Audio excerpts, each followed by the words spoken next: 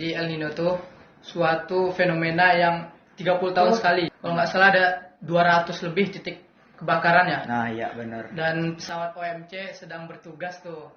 Pots keempat, biar beda, asikin ada. Assalamualaikum warahmatullahi wabarakatuh. Halo Sobat Sekampat, kembali lagi di Pots Keempat. Oke, kali ini saya Teguh adalah Putra sebagai host pada acara kita hari ini yang bertemakan dengan green policing dan narkotika. Kali ini kita akan mengundang narasumber yang hebat-hebat kali ini dan keren-keren. Penasaran nggak nih siapa narasumbernya? Penasaran. Oke, kita undang narasumbernya. Oke, boleh perkenalan diri terlebih dahulu. Sebelumnya perkenalkan saya Muhammad Anas Fihzillah. Saya siswa dari SMA IT Al-Ittihad kelas 11. Apa aja nih yang perlu diperkenalkan, Bang? Kayak apa ya? Biasa aja, kayak nama. Mungkin kalau udah boleh lanjut lagi. Untuk aktivitas saya kali ini sebagai siswa tentunya, dan juga saya merupakan anggota dari OSIS SMA IT Al-Ittihad. Dan juga sesuai dengan tema yang kita bawakan pada hari ini, saya merupakan bagian dari relawan Green Policing yang berfokus di isu Karhutla Provinsi Riau, Bang. Itu, Bang. Keren. Oke, sekarang boleh perkenalan diri. Halo, nama saya Di Abdurrahman El Faiz. Saya kelas 11 di SMA IT Al-Ittihad. Saya sama dengan Anas mengikuti menjadi relawan Green Policing, dan saya sebagai anggota pramuka di SMA IT Al-Ittihad. Oke, boleh lanjut. Halo semua, kenalin nama aku Iqbal. Aku salah satu siswa dari SMK Negeri 4 juga. Aku berasal dari kelas 11 TKJ 4. Kebetulan kali ini sama kelasnya dengan host kita kali ini. Aku dalam kegiatan Green Policing ini menjadi rekan sesama seperti Anas dan juga Faiz. Aku sebagai salah satu relawan di program Green Policing Polda Riau yang fokus ke sosialisasi pendidikan kepada anak-anak, khususnya mengenai isu karhutla saat ini. Nah, mungkin itu aja singkat dari Oke. Nah, kan kita udah perkenalan diri kan. Nah, jadi kita boleh lanjut nih. Oke. Ya, boleh lanjut ya. Oke. Kayak pertanyaan pertamanya tuh, boleh nggak sih ceritain dikit apa sih pengalaman dalam peran yang dijalani saat ini kayak sebagai green policing kan?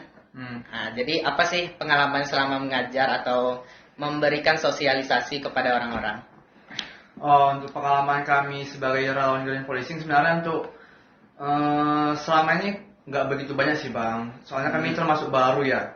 Kemarin tuh pada saat itu Polda Riau yang instansi lembaga Green Policing, mereka ini kayak membuka lowongan bagi anak-anak muda yang ingin daftar menjadi bagian dari relawan lingkungan gitu.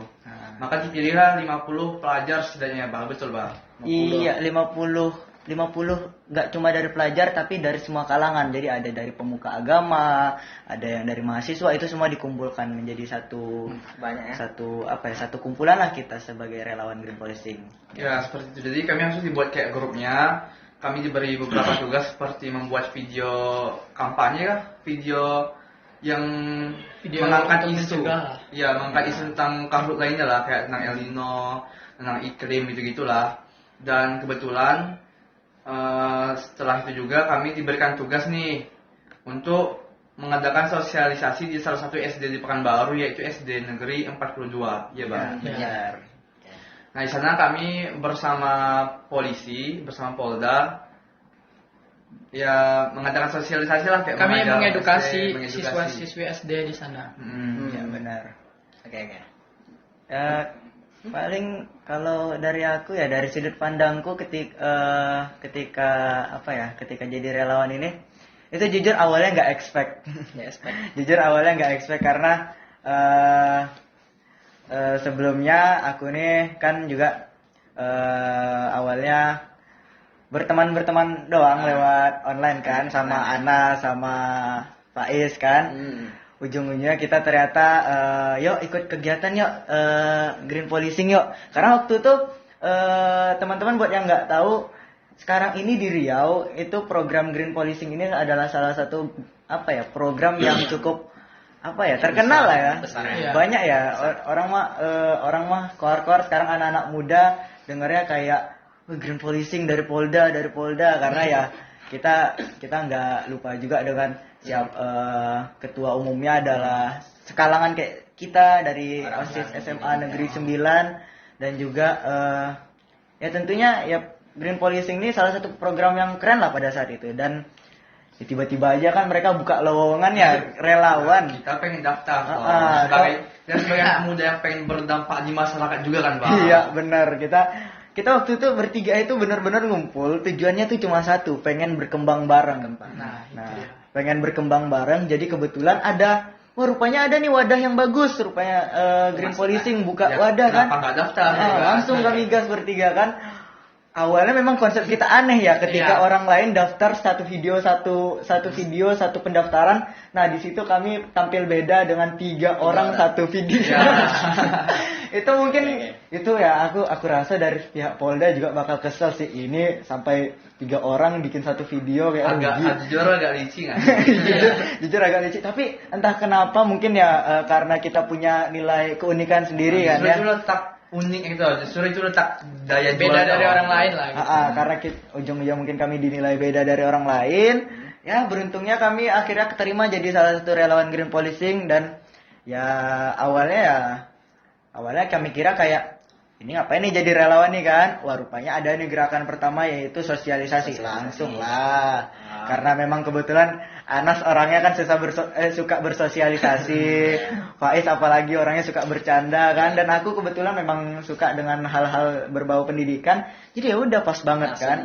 Selagi positif kenapa enggak ya, selagi positif dan bisa mengembangkan diri kenapa enggak. Jadi ujungnya kami bergabung, dan akhirnya tugas pertama kami waktu itu ya langsung mensosialisasikan ke anak-anak SD Negeri 42 untuk adik-adik, rupanya sekarang ini kita tuh sedang dalam bahaya El Nino loh. Iya, apa tuh? Nah ini menarik nih, mungkin Faiz mau jelasin enggak nih soal El Nino nih? Oke, jadi El Nino tuh suatu fenomena yang 30 tahun sekali. Untuk 30 tahun sekali.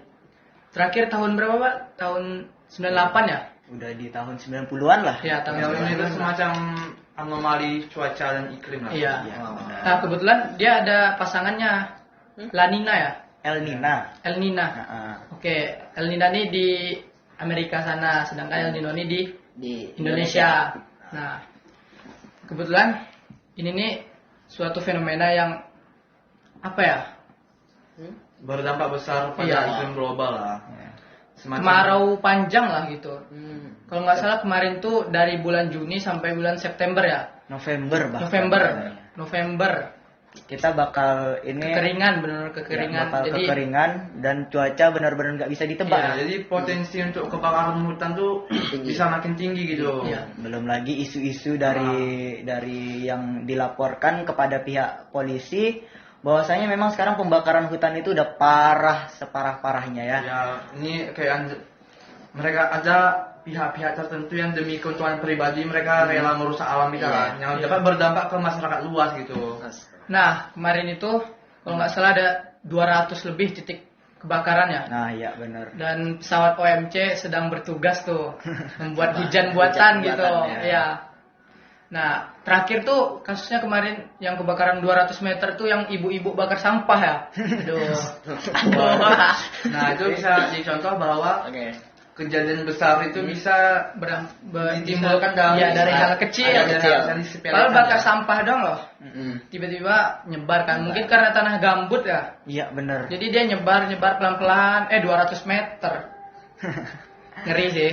Dan yang bisa kita lihat ya dari kejadian ini yang jelas adalah bahwasanya kita sadar kalau rupanya kenapa bisa warga sipil bahkan warga lokal yang melakukan hal tersebut ya rupanya ketahuan itu tuh penyebabnya karena kurangnya sosialisasi ini. Mereka nggak tahu bahwa sekarang ini bakal ada El Nino yang bakal mengancam kita. Iya, masih banyak lah orang yang belum tahu tentang fenomena Dan ini. disinilah peran kami sebagai relawan, yaitu berusaha mensosialisasikan kepada masyarakat, kepada warga lokal, kepada masyarakat luas lah.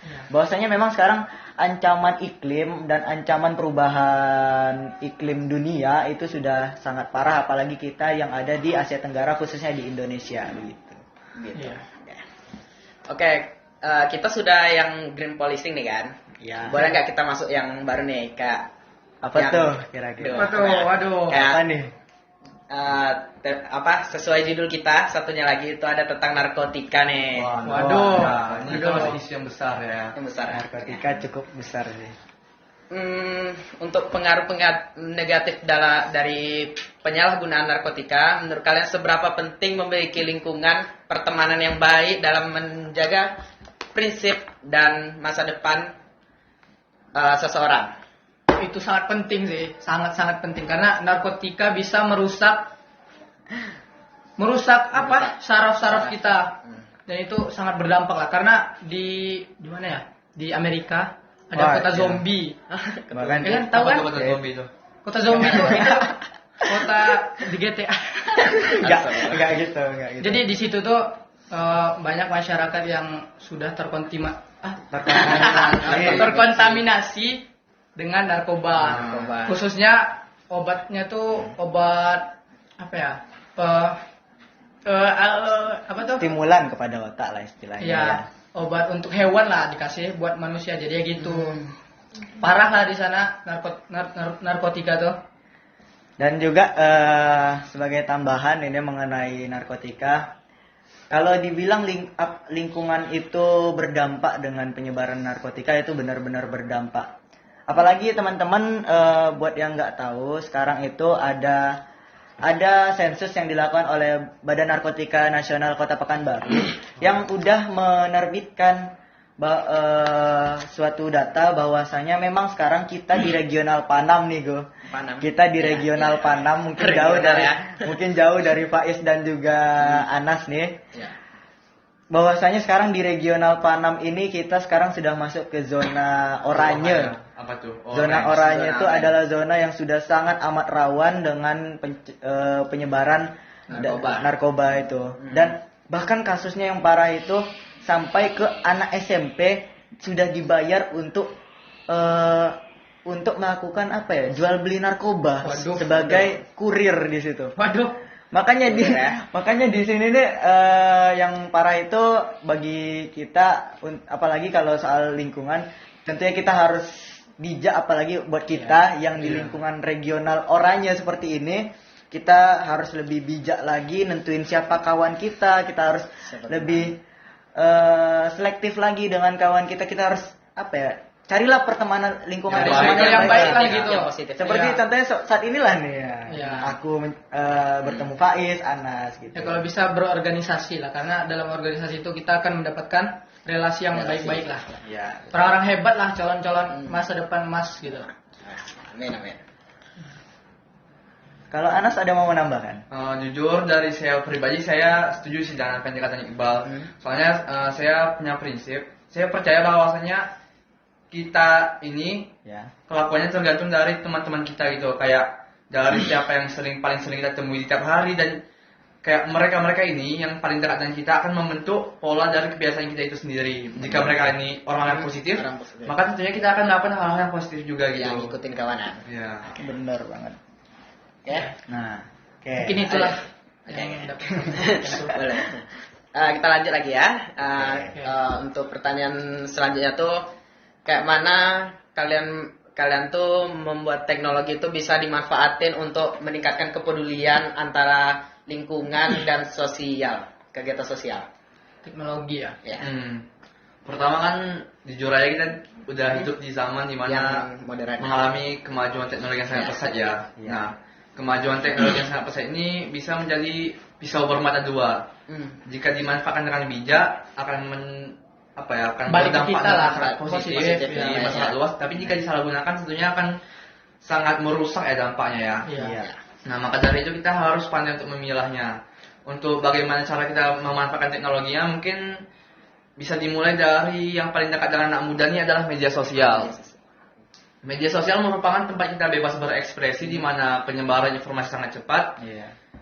Jika kita manfaatkan dengan baik, seperti mengisi dengan hal positif dengan konten-konten yang mengedukasi, mengajak tentang kebaikan gitu kan. Tentunya itu bisa berdampak di masyarakat dengan sangat luas dan sangat baik gitu. Iya. Ya dari Faiz. Ya mungkin itulah yang disampaikan Anas tadi. Apa ya Pak sudah mulai kehabisan kata-kata nih. Oke, dari Iqbal gimana? Kalau menurutku ini jujur materinya agak lompat, agak begitu jauh ya kita dari bahas dari bahas narkotika, lalu dari green policing mengenai isu lingkungan ke teknologi.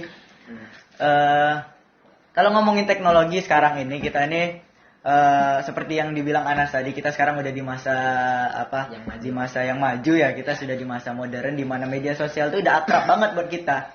Jadi pengaruh media sosial itu adalah salah satu pengaruh yang sangat ngena banget lah di hidup kita, apalagi anak-anak muda ya kan. Iya. Nah, kalau menurut aku sih bagaimana kita bisa memanfaatkan teknologi, apalagi buat kita anak-anak muda buat terus bisa waspada terhadap isu-isu lingkungan, waspada terhadap isu-isu narkotika. Tentunya kita harus bisa lebih selektif lagi dengan teknologi apa dulu yang kita terima. Karena kadang sekarang ini kita karena tidak menyaring teknologi yang masuk kepada kita tidak menyaring informasi yang masuk kepada kita, justru akan ya seperti yang dibilang Anas tadi, bakal jadi pedang bermata dua juga. Di sisi lain memang teknologi itu ngebantu kita mempermudah kehidupan kita, tapi di sisi lain juga teknologi bisa memperlambat kita juga, bisa merusak kita juga bahkan. Nah itu sih kalau menurutku ya. Oke.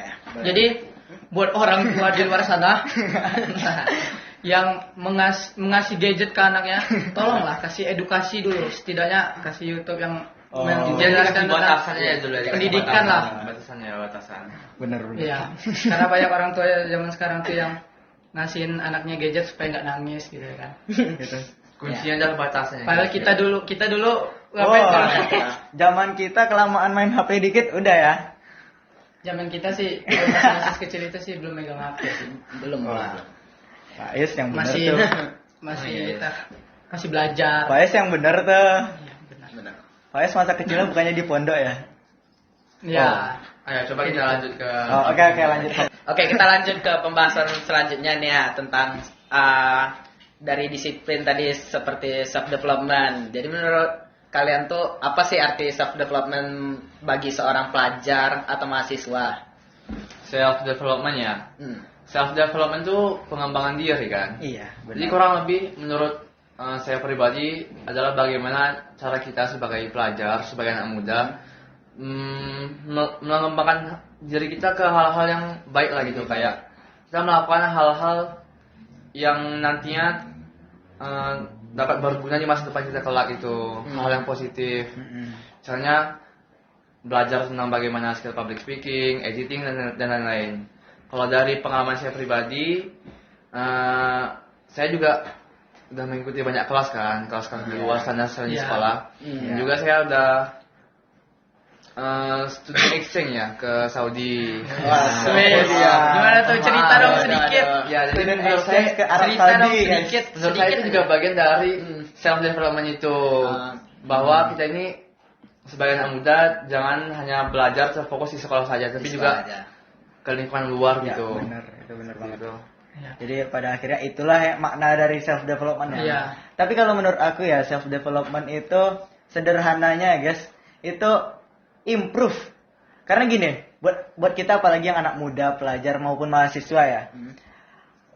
Percayalah, kalian mau berasal dari latar belakang apapun, kalian mau anak pejabat sekalipun ya.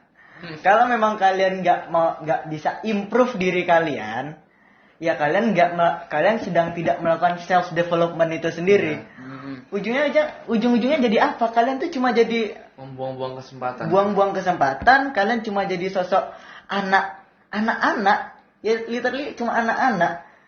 Padahal kayak privilege-nya udah ada kan, meskipun dari latar belakang yang keluarga yang hebat gitu kan. Tapi kalau nggak dimanfaatkan dengan baik, ya sama aja bohong. Jadi ya pada dasarnya self development lah istilahnya. ya improve diri sendiri aja. Jadi mau kalian kayak terlepas dari latar belakang kalian apa ya, tadi kalian mungkin anak pejabat atau apa, tapi kalau kalian memang nggak mau improve diri kalian sendiri ya sampai kapanpun kalian cuma jadi anak-anak.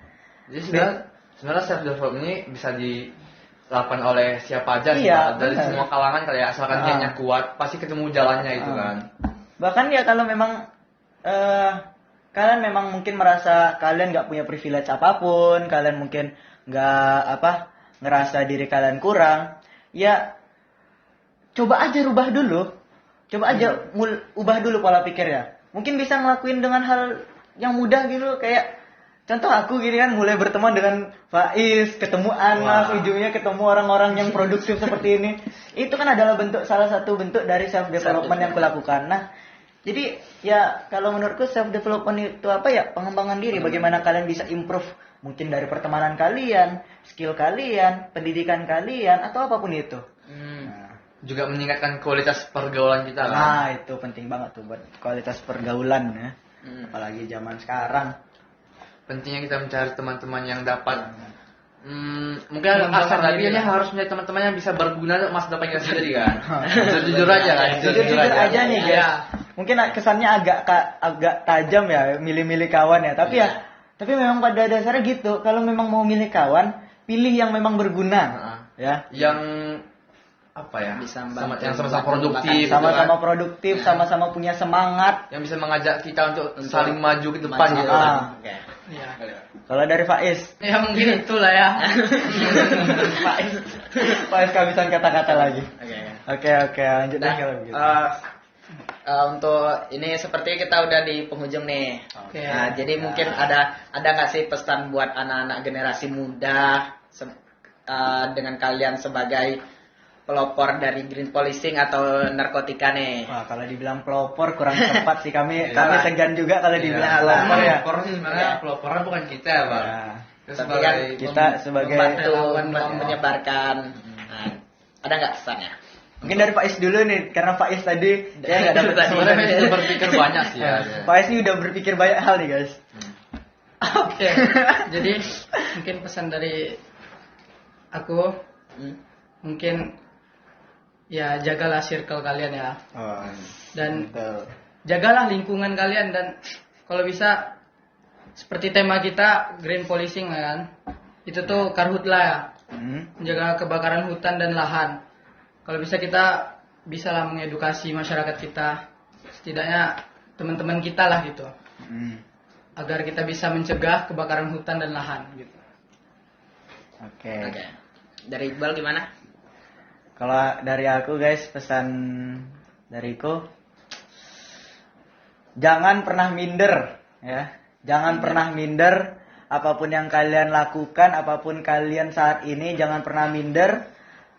Mulai aja berkembang dulu, mulai aja ngelakuin improve sekecil apapun lah. Setiap hari kalian lakuin improve sekali aja, itu dan kalian lakukan secara disiplin, itu dampaknya mungkin sekarang kurang kelihatan, tapi percayalah di masa depan itu bakal berguna dan terbayarkan. Jadi pesan dariku guys, jangan pernah minder, jangan pernah takut, jangan pernah insecure.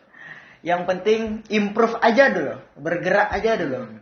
Semua itu dimulai dari langkah pertama. Langkah pertama itulah yang mengawali cerita baru kita. Dari yang mungkin awalnya kita rasa kita biasa aja. Nah, langkah pertama inilah yang pastinya bakal ngubah hidup kita.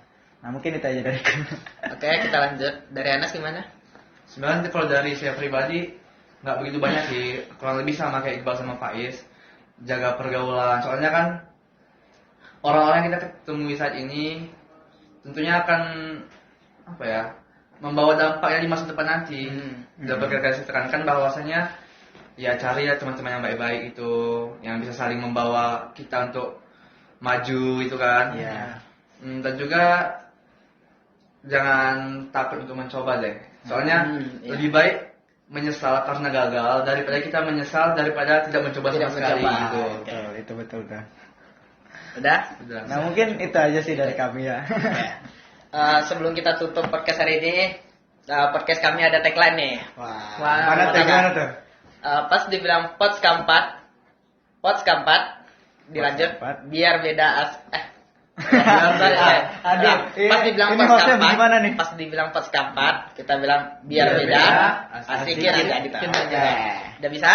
Bisa. Coba dulu. Tes dulu. Tes dulu. Oke. Pos keempat, Biar beda, asikin aja. Oke. Udah? Nah, Oke, tambah visualnya bagus sedikit. Udah. Oke. Nah, Oke, kita tutup. Pos keempat, biar beda, asikin aja.